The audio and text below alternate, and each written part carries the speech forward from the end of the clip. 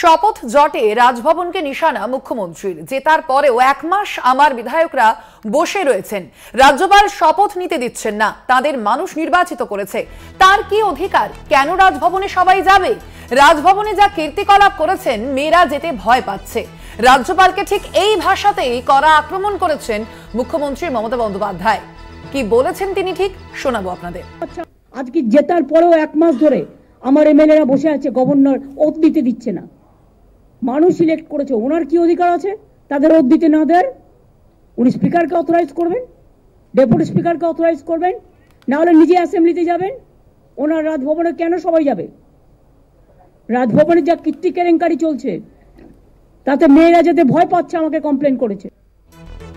আপনারা শুনলেন মুখ্যমন্ত্রী মমতা বন্দ্যোপাধ্যায়ের যেমনটা তিনি বলেছেন যে দীর্ঘ এক মাস ধরে বসে রয়েছেন জয়ী দুই বিধায়ক, তারা কাজ করতে পারছেন না এবং সেই কারণেই এখনো পর্যন্ত যে তাদের শপথ গ্রহণ নিয়ে রাজভবন এবং বিধানসভার যে জটিলতা তা কিন্তু এখনো অব্যাহত রয়েছে এবং যার জেরে এখনো পর্যন্ত শপথ গ্রহণ করতে পারেননি ভগবানগোলার বিধায়ক রিয়াত হোসেন সরকার, আর অন্যদিকে বরানগরের জয়ী প্রার্থী সায়ন্তিকা বন্দ্যোপাধ্যায়। তার পাশাপাশি মুখ্যমন্ত্রী মমতা বন্দ্যোপাধ্যায় যেমনটা বলেছেন, আজ তিনি কড়া ভাষায় আক্রমণ করেছেন রাজ্যপাল সিভি আনন্দ বোসকে। তিনি যেটা বলেছেন, রাজভবনে যা কীর্তিকলাপ করেছেন, মেয়েরা যেতে ভয় পাচ্ছে। আপনাদের জানিয়ে রাখি, ইতিমধ্যেই সায়ন্তিকা বন্দ্যোপাধ্যায়ের কাছে রাজভবনের তরফ থেকে একটি চিঠি গিয়েছিল এবং সেই চিঠি নিয়ে অবশ্যই বিতর্ক তৈরি হয়েছে এবং সেই বিষয়কেই কিন্তু এবার সেই বিষয় নিয়ে এবার মন্তব্য করেছেন মুখ্যমন্ত্রী মমতা বন্দ্যোপাধ্যায়। আমরা কথা বলবো, ফোন লাইনে রয়েছেন সিপিএম সাংসদ তথা বিশিষ্ট আইনজীবী বিকাশ রঞ্জন ভট্টাচার্য। বিকাশবাবু, আপনাকে স্বাগত জানাই কলকাতা টিভিতে। বিকাশবাবু, এবার মুখ্যমন্ত্রী মমতা বন্দ্যোপাধ্যায়, আমরা জানি যে রাজভবন এবং বিধানসভার একটা সংঘাত জারি রয়েছে দুই বিধায়কের শপথ গ্রহণ নিয়ে। এবার মুখ্যমন্ত্রী মমতা বন্দ্যোপাধ্যায় তিনি বলছেন, রাজভবনে যা কীর্তিকলাপ করেছেন, মেয়েরা যেতে ভয় পাচ্ছে, এই ভাষায় আক্রমণ করেছেন তিনি রাজ্যপালকে। আপনার প্রতিক্রিয়া জানতে চাইব।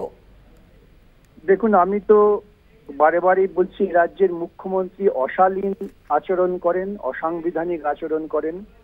তার কাছে মুখ্য উদ্দেশ্যটা কি? যারা জয়ী হয়েছেন তাদের শপথ নেওয়ানো, নাকি মুখ্য উদ্দেশ্য হচ্ছে কলতলার ঝগড়ার মতো ঝগড়া করে দেওয়া?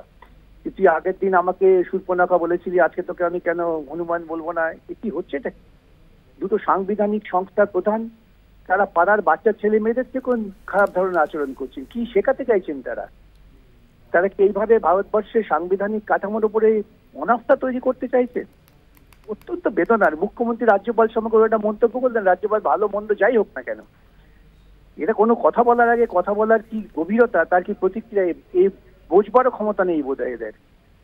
অত্যন্ত লজ্জাজনক পরিস্থিতি। পশ্চিমবঙ্গের সম্মান ধুলায় লুণ্ঠিত হচ্ছে। বিকাশবাবু, তার পাশাপাশি মমতা বন্দ্যোপাধ্যায় তিনি আরো বলছেন যে তাদের মানুষ নির্বাচিত করেছে, সেক্ষেত্রে তার কি অধিকার রয়েছে, রাজ্যপালের এই কি অধিকার রয়েছে, এখনো পর্যন্ত কেন শপথ বাক্য পাঠ করানো যাচ্ছে না? কে বলেছে যাচ্ছে না? রাজ্যপাল এবং মুখ্যমন্ত্রীর যারা দুজন নির্বাচিত, তারা তো অভিমান করছেন। কি মানে ওই বলে বাচ্চা ছেলেদের অভিমান নাকি? রাজ্যপাল যদি বলে থাকেন রাজভবনে গিয়ে শপথ দিতে, আপত্তি কোথায়? তার তো উদ্দেশ্য শপথ নেওয়া। আর রাজ্যপাল অদ্ভুত কাণ্ড, তিনি কেন এই দুজনের শপথ নিয়ে আটকে আছেন? কেন স্পিকারের উপর ছেড়ে দিচ্ছেন না? যে বললাম না, দুজন সাংবিধানিক প্রধান এমন আচরণ করছেন যা সংবিধান সম্পর্কে মানুষের আস্থা নষ্ট হয়ে যাবে। এই সমস্ত একেবারে অযোগ্য লোকেদের, অযোগ্য এই অর্থে যারা সাংবিধানিক মূল্যবোধ সম্পর্কে কোনো ধারণা নেই, তারা যদি ক্ষমতায় বসেন তখন এইরকমই দাঁড়াবে। ধন্যবাদ আপনাকে বিকাশবাবু আমাদের সঙ্গে কথা বলার জন্য। আপনাদের আবারও জানিয়ে রাখি, শপথ জটে এবার রাজভবনকে সরাসরি নিশানা করেছেন মুখ্যমন্ত্রী মমতা বন্দ্যোপাধ্যায়। একদিকে তিনি যেমনটা বলছেন যে রাজ্যপাল শপথ নিতে দিচ্ছেন না, তা রাজ্যের যে দুই বিধায়ক অর্থাৎ বিধানসভা যে উপনির্বাচন হয়েছে ভগবানগোলা এবং বরানগর, এই দুই বিধানসভা কেন্দ্রের যে দুই জয়ী প্রার্থী সায়ন্তিকা বন্দ্যোপাধ্যায় এবং রিয়াত হোসেন সরকার, তাদের মানুষ নির্বাচিত করেছে এবং তাদের এখনো পর্যন্ত শপথ গ্রহণ করানো যায়নি। এক্ষেত্রে রাজ্যপাল সিভি আনন্দ বোসের কি অধিকার রয়েছে তা নিয়ে কিন্তু প্রশ্ন তুলেছেন মুখ্যমন্ত্রী মমতা বন্দ্যোপাধ্যায়। তার পাশাপাশি তিনি আরো তোপ দেখেছেন রাজ্যপালকে, কেন রাজভবনে সবাই যাবে, রাজভবনে যা কীর্তিকলাপ করেছেন, মেয়েরা যেতে ভয় পাচ্ছে। রাজ্যপালকে ঠিক এই ভাষাতেই নিশানা দেখেছেন মুখ্যমন্ত্রী মমতা বন্দ্যোপাধ্যায়।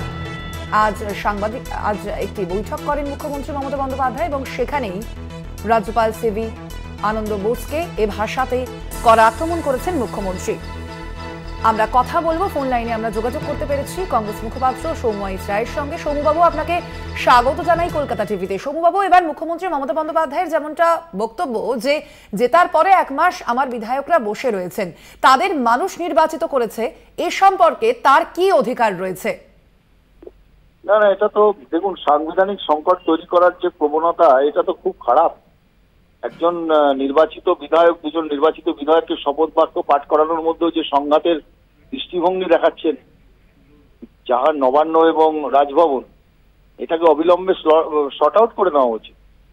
এটা ঠিক নয়। এটা সংবিধানের জন্য, ভারতবর্ষের গণতন্ত্রের জন্য, পশ্চিমবাংলার গণতন্ত্রের জন্য খুব খারাপ নিদর্শন। আকচি না করে এটাকে যত তাড়াতাড়ি সম্ভব করে নেওয়া উচিত। আসলে রাজভবন আর নবান্ন সবসময় এই সংঘাত করে দেখাতে চাইছে যে কতটা বিরাট বড় সংঘাত। আসলে এগুলো কোনো কাজ নয়, এগুলো কোনো প্রোডাক্টিভিটি কিছু নেই। এগুলো করে মানুষের দৃষ্টি ঘোরানোর একটা চেষ্টা করা হচ্ছে। ধন্যবাদ আপনাকে সৌম্যবাবু আমাদের সঙ্গে কথা বলার জন্য।